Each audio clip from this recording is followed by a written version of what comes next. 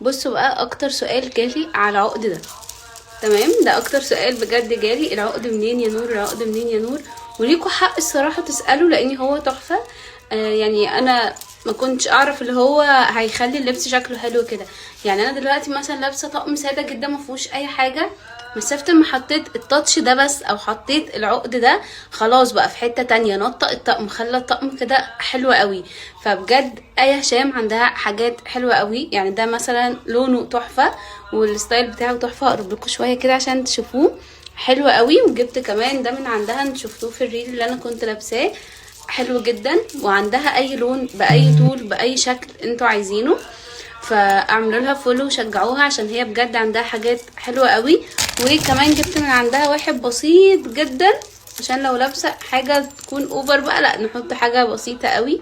بصوا ده شكله كده، فلا عندها حاجات حلوه قوي الصراحه.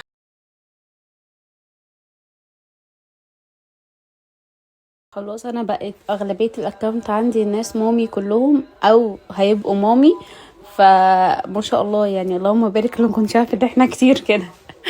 بصوا بقى، انا دايما بحاول اجيب لكم الحاجات اللي تنفعكم، عشان انا عارفه الحاله الاقتصاديه دلوقتي عامله ازاي. فالسرير ده بجد من الحاجات اللي نفعتني جدا. يعني هوريكم، هو عايز يتغسل اصلا، هوريكم انا بستعمله ازاي. دي عشان تتحط عشان الناموس، او لو في اي حاجه ما توصلش للبيبي تضايقه وهو نايم، مثلا دبان، الحاجات دي. بصوا بقى السرير بتاعها سوري، بتاعه مين. بصوا فيه الحاجات دي كده بتلفت الانتباه بتاع البيبي. والمخدة على الظهرين، تمام. بصوا هو سهل جدا الاستعمال بتاعه، دي ممكن عادي بتتفك من هنا، بتتشال كده وبتتحط، وبيتوسع كمان من هنا. وانا بفكه كده من هنا عشان يتغسل فانتوا بتختاروا الشكل اللي انتوا عايزينه. في عندها اشكال للبنات وفي عندها اشكال كمان للاولاد، حلوة قوي. وبيجي كمان معاه ساتر الرضاعة، بس هو مش معايا دلوقتي، هو في العربية، هحط لكم صورة ليه برضو اوريه لكم. بصوا من الحاجات بجد اللي بتنفعني جدا جدا جدا. وزي ما قلت لكم بيتفك من هنا عشان يتغسل. ونيجي بقى للمخدة اللي نفعتني من وانا في المستشفى.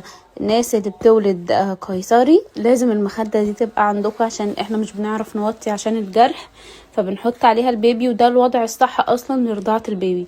فهو بجد حلو قوي. وزي ما قلت لكم برضو هي على الوشين تتلبس، سوري تتحط، حلوة قوي قوي. وزي ما قلت لكم هي فايبر كده، فحلوة جدا. عندها حاجات بجد حلوة قوي. انا مش عندي مكان احط فيه سرير بيبي، فده نفعني جدا الصراحة. اعملوا لهم فولو بقى وشوفوا الحاجات اللي عندهم.